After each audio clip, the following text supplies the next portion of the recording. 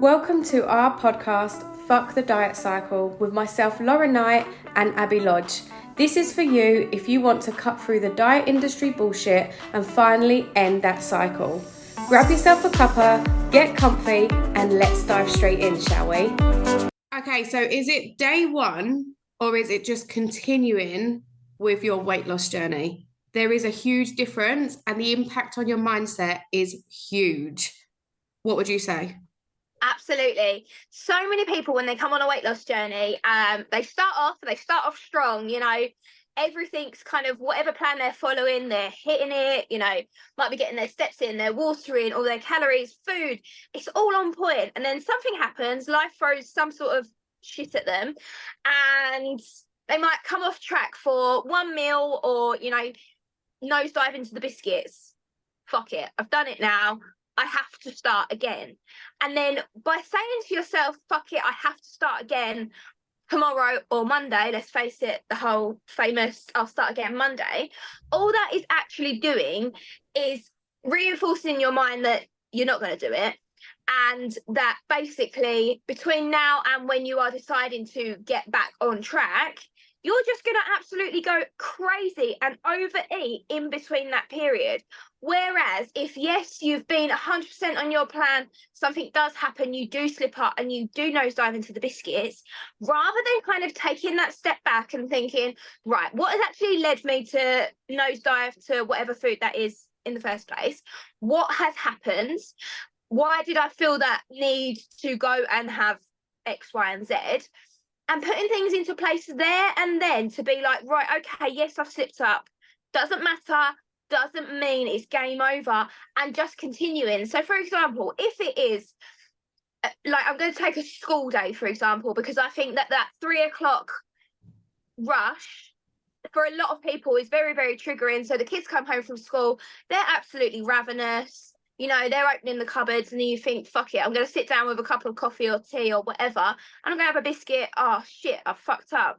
No, you haven't. Yes, okay, you may have slipped up, but that's not the same as completely derailing yourself. So just thinking, right, I'm still going to go and have my dinner as whatever I had planned for my dinner, and just continue it and dropping that all or nothing mindset, because so many people, I think, have this all or nothing mindset and they feel like their first hiccup or whatever is absolutely game over, and it's not. And if you think about like a baby or a child learning to ride a bike, how many times does a baby fall down before it gets up and continues walking and then running and then God knows what else in? It's the same on your weight loss journey, and it's actually making those mistakes and slipping up that enable you to progress further and actually learn to put things into place going forwards. Yeah, 100%. And I think we are very quick to pull ourselves down. We're very quick to be negative about ourselves. We're very quick to allow our inner voice say, I told you so. I told you couldn't do it. You've done this so many times before. So why would this one be different? So the moment you have that bump in the road, it's oh my God, I told you I couldn't do this. This is too much. This is overwhelming. This is the end of the road. And then you see that as I failed my entire journey, whether that be 1 week in, 10 weeks in, 3 months in, it instantly takes your mind down that I'm a failure. So when you do get back on track, and for some of you that never actually happens, but for those of you that it does, when you turn around and say, I'm starting again, or this is day one again, all that does is make you think, shit, this journey is going to be so long. Mm-hmm. And when you feel like you've got a journey that's that long, you're going to do what Abby loves to talk about, and that's become an ostrich and mm-hmm. bury your head in the sand, because you can't work through that. It feels like it's never going to happen. You've never reached it before. So why is this going to be different? And then chances are, instead of having an accidental slip up, you're going to go and self-sabotage on purpose, because then you can sit back in your comfort zone, which, believe it or not, is actually feeling overweight, feeling unhappy in your body because you've been there for so long. And then you go, well, that didn't work for me. That program's rubbish. That support wasn't good. When all you really need to do is go, I'm continuing on with my journey. I've learned from this. You're going to work through what Abby just said. Why did this happen? How did I lead to this? How do I feel now? And what do I need to put in place to stop this from doing it in the future? Rather than telling your mind, we're back to the beginning. We're back to the start. We've still not made any progress, because actually you have made progress. And the progress is that you're on the journey to change your life. Yeah, absolutely. And like you just said, like actually sitting back and kind of acknowledging that you have made this mistake. And if you are one of those people that has had a slip up and have gone, fuck it, that didn't work, that program is shit, or, you know, all that kind of thing, all that you are actually doing is kind of telling your subconscious and reaffirming that in your mind that actually you are happy where you are and that's where you want to stay, rather than kind of giving our subconscious works by actually we need to take on evidence of why we can do something. So yeah, if we have slipped up, then telling ourselves, see, I told you, you can't do it. All that's going to happen is you're going to keep repeating that behavior.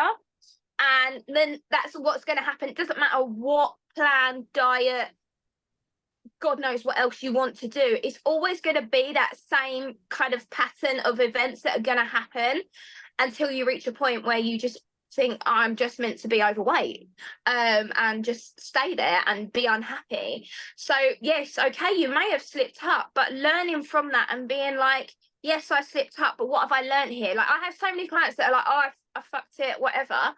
And it's like, but you haven't. That one thing that you may have led to, so let's take a couple of biscuits. Well, no, let's not take biscuits. Let's take a chocolate bar, for example. And that's not within your plan. Yes, okay, you may have had slightly more calories because of you've had that chocolate bar, but that's not going to impact you going forwards. It's what actually you do then in terms of what you then go and eat after that chocolate bar that is going to do the damage. That chocolate bar, no, obviously we're having a chocolate bar every single day and using that as an excuse. Yes, that's going to accumulate. But if it's just that one chocolate bar, that one bag of crisps, whatever, and you think, shit, okay, and you rein it in, then it's not gonna completely destroy your journey. What's going to destroy your journey is you saying, I'm a failure, I've fucked up, I can't do this, and never getting back to it and waiting for that Monday, you know, something magical is going to happen to you on Monday and you're going to magically wake up and you're going to be able to do it. No, if something happens, reach out to whoever, you know, if you've got people that are going to support you and talk through it. Like, you don't ever hear of babies that never ever fall over. They don't just miraculously stand up one day and they walk like how they are going to throughout their entire life. They wobble, they fall, they cry. It's the exact same thing with your weight loss journey. There will be tears. Trust me, I had tears, I had tantrums. There will be, fuck it, I'm not doing this anymore, what's the point? But you have to push through those boundaries. When you push through those boundaries, they're a test to you to see how far you're actually going to take things and how resilient you are. It's about building up that resilience.